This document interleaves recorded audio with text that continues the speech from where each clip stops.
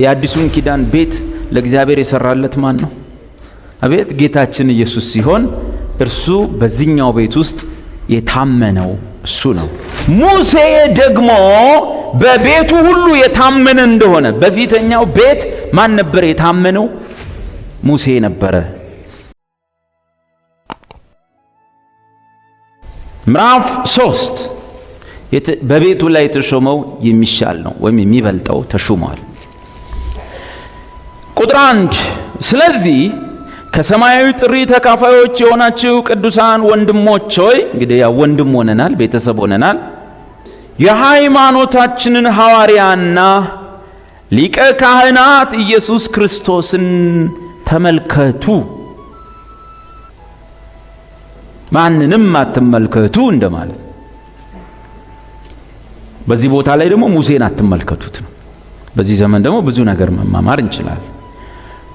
ቁጥር 2 ሙሴ ደግሞ በቤቱ ሁሉ የታመነ እንደሆነ በፊተኛው ቤት ማን ነበር የታመነው?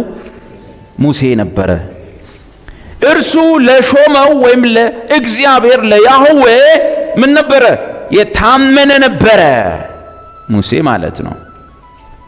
የቤቱን ክብረ አስጠባቂ እሱ ነበረ። ቤትን የሚያዘጋጀው ከቤቱ ይልቅ የሚበልጥ ክብር እንዳለው መጠን እንዲሁ እርሱ ከሙሴ ይልቅ የሚበልጥ ክብር የተገባው ሆኖ ተቆጥሯልና። ጉድፈላ ምን ሆነ መሰላችሁ?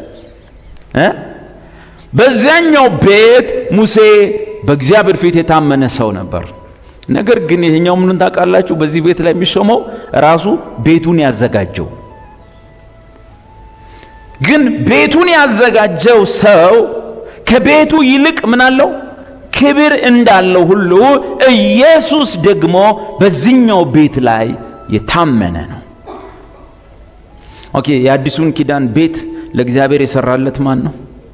አቤት ጌታችን ኢየሱስ ሲሆን እርሱ በዚህኛው ቤት ውስጥ የታመነው እሱ ነው። ቀጥሎ ምን ይላል መሰላችሁ? እንዲሁ እርሱ ከሙሴ ይልቅ እንግዲህ የሚሻል ነው ትምህርታችን፣ የሚበልጥ ክብር የተገባ ሆኖ ተቆጥሯልና። እያንዳንዱ ቤት በደም ስሙ፣ እያንዳንዱ ቤት በብሉይ ኪዳን የተሰራ ቤት አለ፣ በአዲስ ኪዳን እኛ አለን፣ የእግዚአብሔር ቤት። እያንዳንዱ ቤት በአንድ ሰው ተዘጋጅቷልና፣ ያኛው በሙሴ ይሄኛው በክርስቶስ። ሁሉን ያዘጋጀ ግን ያንንም ቤቴ ያለው ይሄንንም ቤቴ ያለው ማን ነው? አቤት እግዚአብሔር ነው። እግዚአብሔር ሁለቱንም ቤቴ ያለው ግን ቤቱን የሰራባቸው ሰዎች በጣም ልዩነታቸው ትልቅ። ይሄኛው ከቤቱ ይልቅ ምን ያለው ነው? ክብር ያለው ነው። ስለዚህ ከሙሴም ይልቅ በክብር ይበልጣል። ቀጥሎ ምን ይላል? ሙሴስ እዛ ጋር ቤት የሰራው ሙሴ በኋላ ስለሚነገረው ነገር ወይም በአዲስ ኪዳን ስለሚመጣው ነገር ማለት ነው ምስክር ሊሆን በቤቱ ሁሉ ወይም በብሉይ ኪዳኑ ቤት፣ በኦሪቱ ቤት፣ በመገናኛው ድንኳን ማለት ነው በቤቱ ሁሉ እንደ ሎሌ የታመነ ነበር። ኦኬ፣ ሙሴ የታመነ ነበር በቤቱ። አዎ፣ ግን እንደምን? እንደ ሎሌ። ሎሌ ምንድን ነው? ባሪያ፣ አገልጋይ፣ የቤቱ ባለቤት ያልሆነ አውራሽም ወራሽም ያልሆነ ሎሌ ነውስ። በታማኝነት የሚያገለግል ባሪያ ነው። በአዲሱ ኪዳን ቤትሳ አቤት ምን ይላል? ሙሴ ምንድነው? በቤቱ ሁሉ እንደ ሎሌ የታመነ ነበር። ክርስቶስ ግን እንደ ልጅ በቤቱ ላይ ምን የሆነ ነው? የታመነ ነው። ቤቱ ማን ነው? እኛም የምንደፍርበትን የምንመካበትን ተስፋ እስከ መጨረሻው አጽንተን ብንጠብቅ ምኑ ነን? ቤቱ ነን። ቤቶቹ እነማን ነን? ይሄን የተማማርነውን እየተማማርን ያለውን ነገር ሰው ማያስጥለን ሰዎች።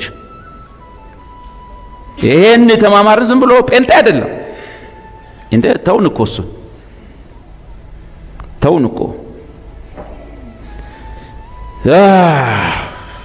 እና ሐዋርያቶችና ጌታ ኢየሱስ ያስተማሩንን ትምህርት ባለመናወጥ ለምንይዝ ሰዎች ነው። መጽሐፍ ምን ይላል? እኛም የምንደፍርበትን መቼስ እንግዲህ በዚህ ዘመን አዲሱ ኪዳን ያመጣልን ወደ እግዚአብሔር ለመቅረብ የሚሆን ድፍረት ነው። ግን ሰዎች የሚታገሉን የሕግ ባሪያዎች ለማድረግ ነው፣ ከልጅነት ወደ ባርነት ለመውሰድ ነው። እኛ ግን የምንደፍርበትን የምንመካበትንም ይህንን ተስፋ እስከ መጨረሻ አጽንተን ብንጠብቅ ምኖቹ ነን? ቤቱ ነን። አሁን ዋና ነገር ምንድን ነው? በኦሪቱ ቤት ላይ የተሾመ ሙሴ ሲሆን፣ ሙሴ ግን በቤቱ እንደምንድን ነው? እንደ ሎሌ ነው። በአዲስ ኪዳኑ ቤቱ እኛ ነን። በዚህ ቤት ላይ እግዚአብሔር የሾመው ማንን ነው? ሎሌውን ነው? ልጁ ኢየሱስ በዚህ ቤት እንደምን የታመነ ነው? እንደ ልጅ የታመነ ነው። እንደ ልጅ የታመነ ነው። እግዚአብሔር ይመስገን። ስለዚህ በእኛ ላይ ተሾሞ ይበልጣል። ሙሴ በእኛ ላይ አይሾምም። እሱ በኦሪቱ ቤት ላይ እንደምንድን ነበር? እንደ ሎሌ ነበር። እሱም በዛ ያገለገለው ስለሚመጣው ነገር ለማመልከት ያህል ብቻ ነው። አሁን ግን በቤቱ ላይ በእኛ ላይ እግዚአብሔር የሾመው ማንን ነው? የተሻለና የሚበልጠውን ነገር ነው። ከቤቱ ይልቅ ክብር ያለውን ነው። ማንን ነው? ኢየሱስን ነው።